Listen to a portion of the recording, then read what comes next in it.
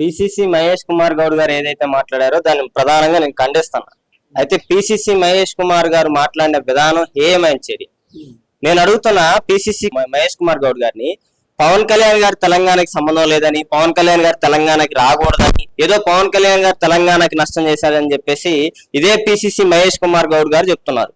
నేను అంటున్నా, తెలంగాణని మోసం చేసింది, తెలంగాణని వాడుకుంది, తెలంగాణని దోచుకుంది కాంగ్రెస్ పార్టీ అని నేను చెప్తున్నా. ఎందుకని అంటున్నంటే, తెలంగాణలో ఉన్న 1200 మంది అమరుల్ని చంపింది కాంగ్రెస్ పార్టీ. ఇదే కాంగ్రెస్ పార్టీ 1969 నుంచి తెలంగాణ ఉద్యమం స్టార్ట్ చేస్తే ఆ తర్వాత 50 ఏళ్ల సుదీర్ఘ ఉద్యమంలో తెలంగాణకి నష్టం చేసింది ఎవరు? తెలంగాణలో ప్రాజెక్టులు పెట్టకుండా, తెలంగాణ అవకాశాలు రాకుండా, తెలంగాణలో ఉద్యోగాలు రాకుండా, ఇవన్నీ తెలంగాణ ఆత్మగౌరవాన్ని ఇంకా కించపరిచేటట్టు విధంగా ఒక టీవీ ఇంటర్వ్యూలో తెలంగాణ పోరాటం జరిగింది నీళ్ల కోసం కాదు, నిధుల కోసం కాదు, నియామకాల కోసం కాదు అని తెలంగాణ అస్తిత్వాన్ని పోరాటానికి మాట్లాడింది ఎవరు? ఈ ముఖ్యమంత్రి కదా. నేను ఇంకా అడుగుతున్నా, ఇదే మహేష్ అని అడుగుతున్నా, మహేష్ కుమార్ గౌడ్ గారిని అడుగుతున్నా, ఇదే నల్లమల్ల యురేనియం తవ్వకాలు ఆ రోజు బీఆర్ఎస్ పార్టీ అక్రమాలు పాల్పడుతుంటే దాని మీద పోరాటానికి అఖిలపక్ష మహేష్ కుమార్ గౌడ్ గారికి తెలియదా? రేవంత్ రెడ్డి గారిని అడగండి పోయి, అన్నా ఈ అఖిలపక్ష మీటింగ్ పెట్టింది ఎవరు అంటే అప్పుడు చెప్తారు పవన్ కళ్యాణ్ గారు. ఇదే పవన్ కళ్యాణ్ గారు ఆ రోజు వరదలు వచ్చినప్పుడు 50 లక్షలు సాయం చేశారండి. ఇదే కరోనా వచ్చినప్పుడు కరోనా సాయం కోసం 50 లక్షలు ఇచ్చారు. ఇట్లా ఇదే మహేష్ కుమార్ గౌడ్ గారు ఇచ్చారా? ఇదే రేవంత్ రెడ్డి గారు ఇచ్చారా? లేకపోతే ఉత్తమ్ కుమార్ రెడ్డి గారు ఇచ్చారా? జగ్గారెడ్డి గారు ఇచ్చారా? లేకపోతే ఏదైతే కోమటిరెడ్డి వెంకటరెడ్డి గారు ఇచ్చారా? కోమటిరెడ్డి వెంకటరెడ్డి గారు నేను అడుగుతున్నా, ఇదే నల్లగొండలో ఫ్లోరైడ్ బాధితులుగా ఉంటే వాళ్ళ కోసం బోర్డు లేపించిన వ్యక్తి ఎవరండి? పవన్ కళ్యాణ్ గారు కదా. నువ్వు ఆ రోజు మంత్రిగా ఉండి ఏం వెలగబెట్టిన మరి నల్లగొండకే మీరు ఈ రోజు మాట్లాడుతున్నారు. నేను ఇంకా అడుగుతున్నా, ఏదైతే బీసీలు మోసం చేసింది కాంగ్రెస్ పార్టీ కదా, నిరుద్యోగుల క్యాలెండర్ ఇస్తామని చెప్పి ఉద్యోగాలు వేస్తామని 70,000 గత ఏదైతే ప్రభుత్వం వేసిన పోస్టులను చూపించి మేము ఇచ్చామని చెప్పి మోసం చేసింది ఎవరండి? ఇట్లా చెప్పుకుంటే కాంగ్రెస్ పార్టీ చేసిన అనేకమైన అంశాలు ఉన్నాయి. నేను ఇంకో అంశం కూడా చెప్తున్నా, ఆనాడు తెలంగాణని ప్రకటించి వెనక్కి తీసుకున్న ఎవరండి? కాంగ్రెస్ పార్టీ కదా. ఇది తెలంగాణ స్వతంత్ర సమరయోధుల కోసం పోరాటం చేసిన పార్టీయా, మరి తెలంగాణకి ద్రోహం చేసిన పార్టీయా? ఇప్పుడు కాంగ్రెస్ గురించి మీరు ఇట్లా చెప్తా ఉన్నారు కదా, మరి పవన్ కళ్యాణ్కి ఏం హక్కు ఉంది? మరి ఓట్లు అడిగే పరిస్థితి లేదు. మరి అదే విధంగా ఆయన ఆంధ్రాలో రాజకీయాలు చేసుకోవాలి, కానీ ఇక్కడ తెలంగాణ మీద ఎటువంటి హక్కు కూడా లేదన్నట్టు మాట్లాడుతున్నారు. దానికి నేనేం చెబుతున్నా అంటే, ప్రప్రథమంగా తెలంగాణ కోసం ఎవరు పోరాటం చేసినా, తెలంగాణ సమస్యల మీద ఎవరు పోరాటం చేసినా వాళ్ళు తెలంగాణలో వచ్చి నిలబడొచ్చు, అడగొచ్చు, ఆ హక్కు ఉంది. నేను అడుగుతున్నా, ఇదే సర్టిఫికేట్ల విషయంలో నువ్వు వచ్చిన తర్వాత ఒక గెజిట్ ఇచ్చి విద్యార్థులకు సర్టిఫికేట్లు ఇమ్మంటాం ఒక 5 నిమిషాల పని. విద్యార్థులు మోసపోతుంటే, విద్యార్థులకు సర్టిఫికేట్లు ఇవ్వకుండా సీట్లు కోల్పోతుంటే వాళ్ళకి సర్టిఫికేట్లు వచ్చే విధంగా పోరాటం చేసింది ఇదే జనసేన పార్టీ. నైట్ కబూర్ పేరిట అనేక రకమైన హింసలకే పాల్పడుతుంటే దాని మీద పోరాటాలు చేసిన పార్టీ జనసేన పార్టీ. ఇదే రాష్ట్రంలో 100 స్థానాలు పోటీ చేస్తే, సర్పంచ్ కి 100% స్థానాలు పోటీ చేస్తే 100% స్థానాల్లో 50% స్థానాలు గెలిచింది జనసేన పార్టీ. ప్రజలు ఆమోదం ఇచ్చారు. నేను అడుగుతున్నా, మా అర్హతను అడుగుతున్నారు కాబట్టి నేను కూడా అడుగుతున్నా, కాంగ్రెస్ పార్టీ తెలంగాణలో పుట్టిన పార్టీ అండి? తెలంగాణకి ఏం సంబంధం? తెలంగాణ పోరాటానికి, తెలంగాణ అస్తిత్వానికి ఏం సంబంధం? నేను ఇంకా అడుగుతున్నా, బీజేపీకి ఏం సంబంధం? బీజేపీ తెలంగాణకి ఏం సంబంధం? తెలంగాణలో పెట్టిన పార్టీయా? భారత రాష్ట్ర సమితికి ఏం సంబంధం? భారత రాష్ట్ర సమితి దేశం అంతా విస్తరించాలని ఆంధ్రప్రదేశ్ లో అధ్యక్షుని పెట్టొచ్చు, మహారాష్ట్ర పోయి కార్లు వేసుకొని పోయి పెద్ద ర్యాలీలు చేయొచ్చు, పంజాబ్ పోయి రైతులకు డబ్బులు ఇవ్వచ్చు. ఇట్లా అన్ని చేయడానికి బీజేపీకి అర్హత ఉంది, బీఆర్ఎస్ కి అర్హత ఉంది, కాంగ్రెస్ పార్టీకి అర్హత ఉంది, కానీ ఒక పవన్ కళ్యాణ్కి అర్హత లేదంటున్నారు. ఎందుకని? ఇది రాజకీయ వికృత చర్చ కోసం, రాజకీయ లాభాల కోసం, వీళ్ళు రాజకీయాల కోసం ఆడుతున్న ప్రాంతీయ విద్వేషాలు రెచ్చగొట్టి చేసే రాజకీయాలు తప్ప ఇది నిజమైన రాజకీయాలు కావని నేను చెప్తున్నా. అయితే జనసేన నాయకుల పట్ల మరి పవన్ కళ్యాణ్ కొంత అసంతృప్తితో ఉన్నాడు, అది ఆంధ్ర కానీ తెలంగాణ కానీ అంటే ఏం చెప్తారు? 100% అసంతృప్తితో ఉన్నారనేది అబద్ధం. కానీ పవన్ కళ్యాణ్ గారికి ఎప్పుడు సమయం వచ్చినా, సందర్భం వచ్చినా ఆయన ఎప్పుడు చెప్పే అంశం ఏంటంటే, అధికారాన్ని, ఏదైతే ప్రజలు ఇచ్చిన అధికారాన్ని ప్రజల కోసం పనిచేసే విధంగా మీరు ముందుకెళ్లాలని, ప్రతిసారి ఏ సందర్భంలో వచ్చినా ప్రజల కోసం ఎవరైతే పోరాటం చేస్తారో వాళ్ళకి అధికారం మీ దగ్గరకు వచ్చింది, ప్రజలే మిమ్మల్ని నాయకుల్ని తయారు చేస్తారు. నాయకత్వం వచ్చిన తర్వాత దాన్ని ఎంజాయ్ చేయదు, దాన్ని ఎంజాయ్ చేస్తే నేను స్పేర్ చేయనని చెప్పిన వ్యక్తి పవన్ కళ్యాణ్ గారు. పవన్ కళ్యాణ్ గారు నాయకత్వం మీద ఎందుకు అసంతృప్తిగా ఉంటారు? ఇప్పుడు ప్రత్యేకంగా ఇక్కడ తెలంగాణలో చూసుకున్నట్లయితే జనసేన అని చెప్పేసి కొంతమంది నాయకులు ఓట్లు చేల్చడం లక్ష్యంగా పెట్టుకొని మరి తర్వాత ఏదో ఒక ఇక్కడ ఉన్నటువంటి ప్రధాన పార్టీకి అమ్ముడు పోతుండ్రు అన్నట్లు కూడా ఒక విశ్వసనీయ సమాచారం అయితే ఉంది. మరి దీనికి సంబంధించి మీరేం చెప్తారు? అలా ఇది పూర్తి తప్పుడు ఆరోపణ. రాజకీయాల్లో బురద చల్లటం కోసమే రాజకీయాలు చేసే వ్యక్తులు చేసే ఆరోపణ. జనసేన నికార్సైన కార్యకర్తల్ని, జనసేన నాయకత్వాన్ని కొనగలిగే దమ్ము ఈ రాష్ట్రంలో గాని ఈ దేశంలో గాని ఎవరికన్నా ఉందా అన్న? ఓట్ల గెలిచడం కోసం రాజకీయం అంటారేంటన్నా? ఎంఐఎం పోటీ చేస్తుంది, కాంగ్రెస్ పార్టీ పోటీ చేస్తుంది, బిఆర్ఎస్ పార్టీ పోటీ చేస్తుంది, అనేక పార్టీలు పోటీ చేస్తున్నాయి. ఇవన్నీ ఓట్లు గెలిచడానికా? ఎవరికి లాభం చేయడం కోసం పోటీ చేస్తున్నాయి ఇవన్నీ? మేమంటూ ఒక పార్టీగా తెలంగాణ రాష్ట్రంలో ఉన్నాం, మేము బలపడాలనుకుంటున్నాం, మేము నిర్మాణం చేసుకోవాలనుకుంటున్నాం. ఎలక్షన్ లో పోటీ చేయడం తప్ప? ఇప్పుడు నేను ఒక విషయం అడుగుతున్నా. నేను నిలబడి ఓటు ఎవరికేమని అడుగుతా?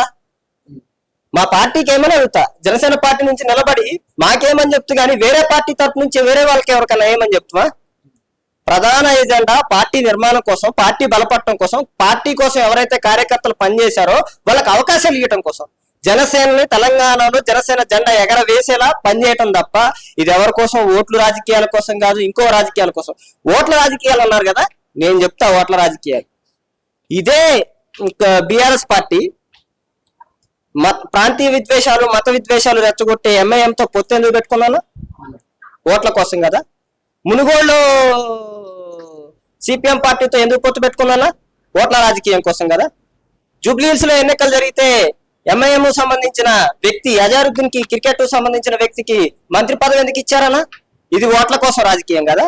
మేము ఓట్ల కోసం రాజకీయం చేస్తున్నాం, వీళ్ళు ఓట్ల కోసం రాజకీయం చేస్తున్నారు. ఇంకా అంశం అడుగుతున్నా, తెలంగాణ రాష్ట్రంలో జనసేన పార్టీ పోటీ చేస్తే ఏవైతే ఓట్లు చేరటం వల్ల, ఏదైతే ఓట్లు మాకు పడటం వల్ల, ఆ ఓట్ల వల్ల ఎవరికైతే నష్టం జరుగుతుందో ఆ వ్యక్తులు రాజకీయాలు చేస్తున్నారు.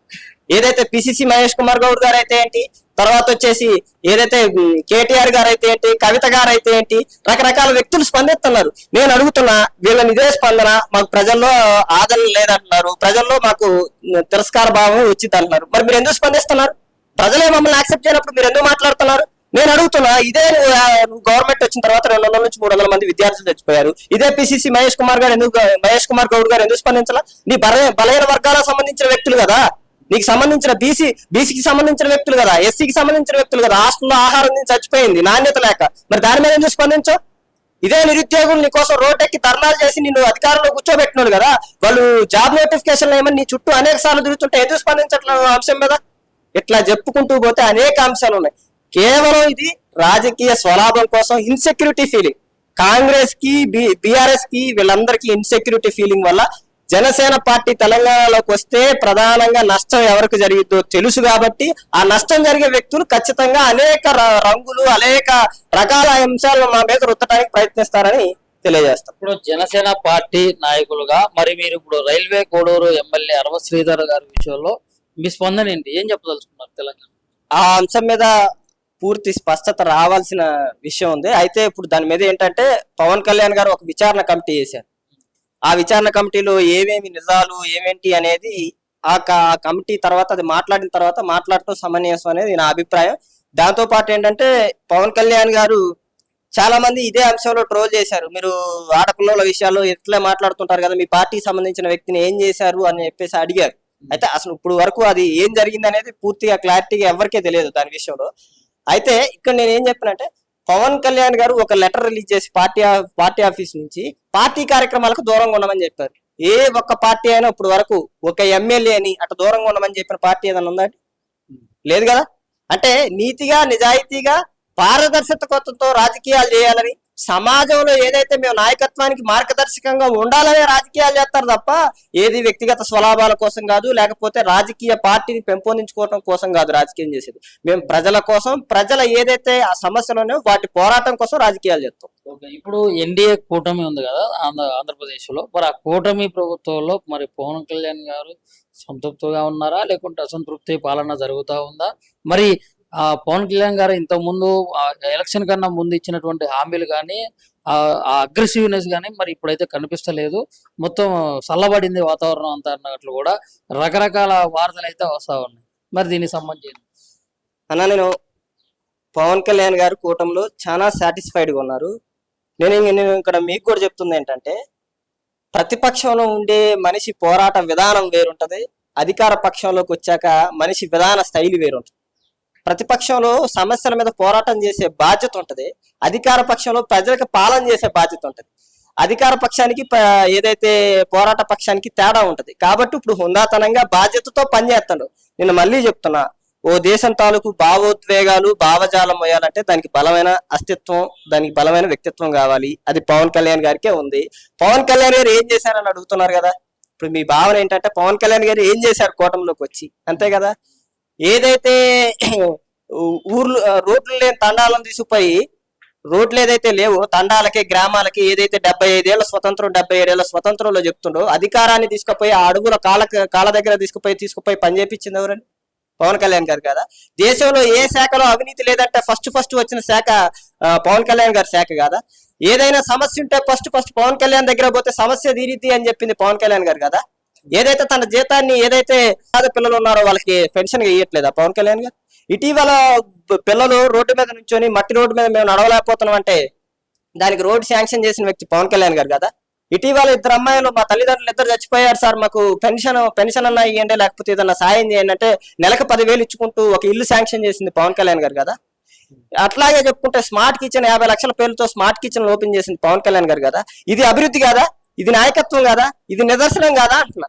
పని చేయాలి ప్రజలకి ఏదైతే మధ్య తరగతి ఏదైతే పేద వర్గాలు. తెలంగాణలో మరి పవన్ కళ్యాణ్ గారు ఏం చేశారు? జనసేన పార్టీ నుంచి ఏం చెప్పి ఇక్కడ తెలంగాణలో మున్సిపల్ ఎన్నికల్లో మరి ప్రజలను ఓట్లు అడుగుతారు? మరి 336 స్థానాల్లో పోటీ చేస్తున్నారు కదా, కనీసం ఒక 30 స్థానాలైనా కానీ ఇక్కడ గెలిచే పరిస్థితి ఉందా లేదా అన్న? తెలంగాణకి పవన్ కళ్యాణ్ గారు ఏం చేశారని అడిగారు కదా, చెప్తామనండి. తెలంగాణలో కొండగట్టుకు మనం 35 కోట్లు ప్రకటించింది ఎవరన్నా? పవన్ కళ్యాణ్ గారి చొరవతో కదా. సీఎం రిలీఫ్ ఫండ్ కి 50 లక్షలు ఇచ్చింది ఎవరన్నా కరోనా టైంలో? పవన్ కళ్యాణ్ గారు కదా. 2008లో స్వప్నిక తెలంగాణ బిడ్డ మీద యాసిడ్ దాడి జరిగితే స్పందించిన వ్యక్తి ఎవరన్నా? పవన్ కళ్యాణ్ గారు కదా. ఇట్లా చెప్పుకుంటూ పోతే అనేక అంశాలు ఉన్నాయన్న. కొండగట్టు కూడా చెప్పా కదా ఇందాక, కొండగట్టు 35 కోట్లు ప్రకటించిన వ్యక్తి కూడా పవన్ కళ్యాణ్ గారి. ఇంకా చెప్పాల్సి వస్తే నల్లగొండలో ఫ్లోరైడ్ బాధితుల మీద స్పందించింది ఎవరు? బోర్లు వేయించింది ఎవరు? ఆదిలాబాద్ లో బోర్లు వేయించింది ఎవరు? పోరాట యాత్ర చేసింది ఎవరు? తెలంగాణ సమస్యల్ని గుర్తించి ప్రధానంగా పోరాటం చేసింది ఎవరు? పవన్ కళ్యాణ్ గారు కదా. నేను అడుగుతున్నా, ప్రధానంగా బీఆర్ఎస్ గవర్నమెంట్ లో అతిపెద్ద స్కాము నల్లమల్ల అడుగుని ఏదైతే కూల్చి దాన్ని ధ్వంసం చేయాలనే ఆలోచన చూసారా? యురేనియం పేరుతో అక్కడ ఉన్న గ్రామాలు పంటాలు అవన్నీ నాశనం అయిపోతుంటే దాని మీద విస్తృత స్థాయిలో పోరాటం చేసి దాన్ని ఆపింది ఎవరన్నా? పవన్ కళ్యాణ్ గారు కదా. బొగ్గు కార్మికుల సమస్యల మీద ఫైట్ చేసింది పవన్ కళ్యాణ్ గారు కదా. అంటే పవన్ కళ్యాణ్ గారు స్పందించారు, తెలంగాణ నాయకత్వం కూడా అనేక అంశాల్లో స్పందించిందన్న. మాకు కాకపోతే ఇంకెవరికి ఉందన్న అర్హత? తెలంగాణ ప్రజల కోసం నేను మళ్ళీ చెప్తున్నా, తెలంగాణ సమాజం కోసం తెలంగాణ ప్రజల కోసం ఎవరైతే నిస్వార్థంగా పనిచేస్తారో వాళ్ళు తెలంగాణలో పోటీ చేయడానికి 100కి 100% అర్హత ఉంది. నేను మళ్ళీ చెప్తున్నా, ఈ మహేష్ కుమార్ గౌడ్ గారు కానీ లేకపోతే కేటీఆర్ గారు కానీ లేకపోతే ఇంకా వీళ్ళు ఎవరైతే ఉన్నారో అధికార స్వపక్ష విపక్షాలు ఉన్నాయో వీళ్ళకి అర్హత లేదు. ఉన్నదే ప్రజలకు అర్హత.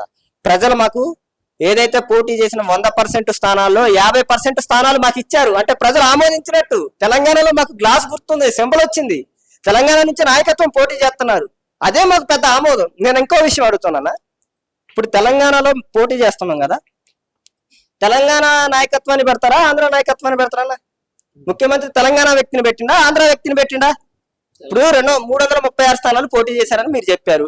336 స్థానాల్లో పెట్టింది తెలంగాణ నాయకుల్లా ఆంధ్ర నాయకుల్లా? మరి తెలంగాణ నాయకున్నప్పుడు వివాదం ఎందుకు వస్తుందన్న? నేను చెప్తున్నా ఏనండి, ఎవరు తెలంగాణకి ద్రోహులు, తెలంగాణకి నష్టం చేసిందంటే ఇదే కిరణ్ కుమార్ రెడ్డి గారు అసెంబ్లీలో వేసి తెలంగాణకు ₹1 ఏం చేసుకుంటారో చేసుకోండి అన్న వ్యక్తి తెలంగాణ ద్రోహి కాదా? మరి చెన్నారెడ్డి ఎవరన్నా, కాసు బ్రహ్మానంద రెడ్డి ఎవరన్నా, వీళ్ళందరూ తెలంగాణ ద్రోహులు కదా. స్వపక్ష అస్తిత్వాన్ని తాకట్టు పెట్టి ఢిల్లీ కాళ్ళ దగ్గర తాకట్టు పెట్టి స్వపక్షానికి తెలంగాణ నేల అస్తిత్వానికి ద్రోహం చేసింది వీళ్ళు కాదా? మళ్ళీ వీళ్ళు చెప్పుకొస్తుంటే సిగ్గుచేటన్నా. ఇదే బట్టి విక్రమార్క గారు ఎందుకు రాజీనామా చేయాలా? తెలంగాణ కోసం ఎందుకు పోరాటం చేయాలా? మరి ఇప్పుడు ఈ 336లో మరి జనసేన ఎన్ని స్థానాలు గెలవబోతుంది? మరి ఇప్పుడు కాంగ్రెస్ కూడా ధీమాతో ఉంది, ఖచ్చితంగా మళ్ళీ మున్సిపాలిటీ ఎన్నికల్లో అయితే మా సత్తా చాటుతాం అన్నట్లు కూడా ధీమాతో. అన్నా మేము గెలుపు కోసం పోరాటం చేస్తాం, అది ప్రజల చేతుల్లో ఉంది. ఎన్ని గెలవాలి ఏంటి అనేది ప్రజలు నిర్ణయిస్తారు. ఖచ్చితంగా మేము చెప్తున్నాం, గెలుపు కోసం లేకపోతే ఓటమికి భయపడిపోయే నాయకత్వం మేము కాదు.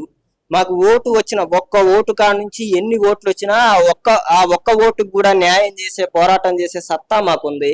ప్రజల కోసం పోరాటం, ప్రజా సమస్యల కోసం పోరాడతాం. మేము నమ్మేది ఒకటే, పోరాటమే అల్టిమేట్ గా రాజ్యాధికారాన్ని తీసుకొస్తుంది, జనసేన జెండాని తెలంగాణలో ఎగరవేస్తుంది. మీరు అడగొచ్చు ఇవన్నీ కాదు స్థానాలు ఏంటి చెప్పమనొచ్చు. మెజారిటీ స్థానాలు గెలవబోతాం. ఖచ్చితంగా తెలంగాణలో మా ఇంపాక్ట్ చూపిస్తాం. జనసేన ఇంపాక్ట్ పక్కా ఉంటుంది. ఎవరైతే భయపడే వాళ్ళు ప్రతి ఒక్కళ్ళు ఉన్నారో వాళ్ళందరికీ ఇంపాక్ట్ చూపిస్తాం. ఇంకోటి కూడా అడుగుతున్నా, ఇంకోటి అంశం మర్చిపోయినా, తెలంగాణ ఉద్యమకారుల పట్ల ఏదైతే రేవంత్ రెడ్డి గారు చెప్పిండు కదా, కేసీఆర్ గారు గవర్నమెంట్ లో ఏదైతే అతను చెప్తుంటాడు కదా, తెలంగాణ ఉద్యమకారులను అవమానపరిచిండు అని చెప్పేసి. ఇదే శంకరమ్మ గారికి ఓడిపోతే ఎమ్మెల్యేగా ఓడిపోతే ఎమ్మెల్సీ ఇచ్చి మంత్రి చేయొచ్చు కదా అంట కదా. గద్దర్ గారి కూతురికి సికింద్రాబాద్ కంటోన్మెంట్ టికెట్ ఇచ్చారు, అవునా కదా? నాకు తెలిసి సికింద్రాబాద్ కంటోన్మెంట్ టికెట్ ఇచ్చారు. ఆమె ఓడిపోయింది, ఆమెను ఎమ్మెల్సీ ఇచ్చి మంత్రి చేయొచ్చు కదా, చేసిరా అన్న? ఇంకొక అంశం అడుగుతున్నా, పొద్దాకల ఏదైతే గద్దర్ గారి గురించి మాట్లాడుతారో, గద్దర్ గారికి స్మృతిమానం వేస్తా విగ్రహం ఏర్పాటు చేస్తున్నాను ఇప్పుడు దా చేసినాను. రాజీవ్ గాంధీకి తెలంగాణకి ఏం సంబంధం అన్న? సెక్రటరీ ముందు తీసుకొచ్చి అంగు ఆర్పాటంతో ఎందుకు పెట్టినా? పని లేక పెట్టిండా? వీళ్ళందరూ తెలంగాణకు సంబంధించిన వ్యక్తులు. ఇంకొక అంశం కూడా చెప్తున్నా, నేను వీరనారి చాకలి ఐలమ్మ యూనివర్సిటీ అని పేరు పెట్టా, ఎవ్వరూ పెట్టలేదు అంటాడు. మరి వీరనారి చాకలి ఐలమ్మ మనవుడు చనిపోయే స్థితిలో ఉండి వైద్యానికి సహాయం అందించమని ప్రభుత్వాన్ని కోరితే ఎందుకు చేయలేదన్నా? నువ్వు ఎందుకు అస్తిత్వాన్ని కాపాడలేదు? ఓట్ల కోసం వాళ్ళని వాడుకున్నావు, ఓట్ల కోసం నిరుద్యోగులను వాడుకున్నావు. ఈ రాజకీయాలు చేసి నువ్వు స్వలాభపడేది ఏమి ఉండదు. ఖచ్చితంగా నీకు ఏదైతే మళ్ళీ అసెంబ్లీ ఎలక్షన్లు వస్తే ఖచ్చితంగా మా దెబ్బ ఏంటో చూపిస్తాం. సరే, ఫైనల్ గా ఇప్పుడు మహేష్ కుమార్ గౌడ్ గారికి, అదే విధంగా మన రాష్ట్ర ముఖ్యమంత్రి మరి రేవంత్ రెడ్డి గారికి మరి ఏం చెప్పదలుచుకున్నావు? మహేష్ కుమార్ గౌడ్ గారికి మరియు రేవంత్ రెడ్డి గారికి నేను ఏం చెప్తున్నా, ఏదైతే నిరుద్యోగుల సమస్యల మీద అంశాలను సాల్వ్ చేయండి, ఏదైతే జాబ్ క్యాలెండర్ అంశాల మీద సాల్వ్ చేయండి, బీసీ అంశాలను సాల్వ్ చేయండి, ఎస్సీ వర్గీకరణ గురించి చర్చలు పెడుతున్నారు దాని గురించి సాల్వ్ చేయండి, ఆహార నాణ్యతతో చనిపోయే విద్యార్థుల పక్షాన పోరాటం చేయండి, రైతు బంధు అందరి వాళ్ళ గురించి పోరాటం చేయండి. తర్వాత ఇంకో వచ్చేసి ఉంటే రేషన్ కార్డులు రాలేదు ఇంకా చాలా మందికి, ఏం సమస్యలు ఉన్నాయి దాన్ని ఎలా సాల్వ్ చేయాలి, ఏం టెక్నికల్ ఇష్యూస్ ఉన్నాయి దాని మీద పోరాటం చేయండి. ఇంకా చెప్పుకుంటూ పోతానా, నేను కాంగ్రెస్ పార్టీ చేసే పోరాటాలు అవినీతి గురించి చెప్పాలంటే ఒక 2 రోజులు చెప్తానా. చిన్న టాపిక్ ఎక్కువసేపు తీసుకుని ఒకే ఒక టాపిక్ కన్నా, పిహెచ్డి సెట్లు రాస్తున్నారు కన్నా, ఎంతమంది రిక్రూట్ చేసుకుంటున్నారన్నా? పిహెచ్డి రాసి అయిపోయి తీసేసి అంతా చేసేసి అయిపోయి సబ్మిట్ చేసి ఇప్పుడు వాళ్ళు ఉద్యోగం చేసుకునే పరిస్థితి లేదు కదా, ఎక్కడ రిక్రూట్మెంట్ లేదు కదా, అసిస్టెంట్ ప్రొఫెసర్లుగా రిక్రూట్మెంట్ లేదు కదా, ఓల్డ్ సిలబస్ పెడుతున్నాం. ఆ సిలబస్ అప్డేట్ చేయాల్సిన పని లేదా అన్న నీకు? మీరు ఏమంటున్నారు, తెలంగాణ విద్య అనేది పనికి రావట్లేదని అనేక సందర్భాల్లో చెప్తున్నారు. రేవంత్ రెడ్డి ఎందుకు సిలబస్ అప్డేట్ చేయట్లేదన్నా? ఏదైతే పోటీ ప్రపంచం ఉందో ఆ ప్రపంచానికి పోటీ పడే విధంగా నీ సిలబస్ ఎందుకు తయారు చేయట్లా? ఆ మేధాశక్తి ఉపయోగపడే విధంగా తెలంగాణని ఎందుకు తయారు చేయట్లా? ఇది కేవలం రాజకీయ ఆరోపణల కోసం. నేనేం చెప్తున్నా ఇట్లాంటి అంశాల మీద మీరు మాట్లాడండి, ఇట్లాంటి అంశాల మీద దృష్టి పెట్టండి. అప్పుడు నేను మాట్లాడినా, పవన్ కళ్యాణ్ గారు మాట్లాడినా, ఇంకెవరు మాట్లాడినా ప్రజలే మిమ్మల్ని కాపాడతారని తెలియజేసుకోండి.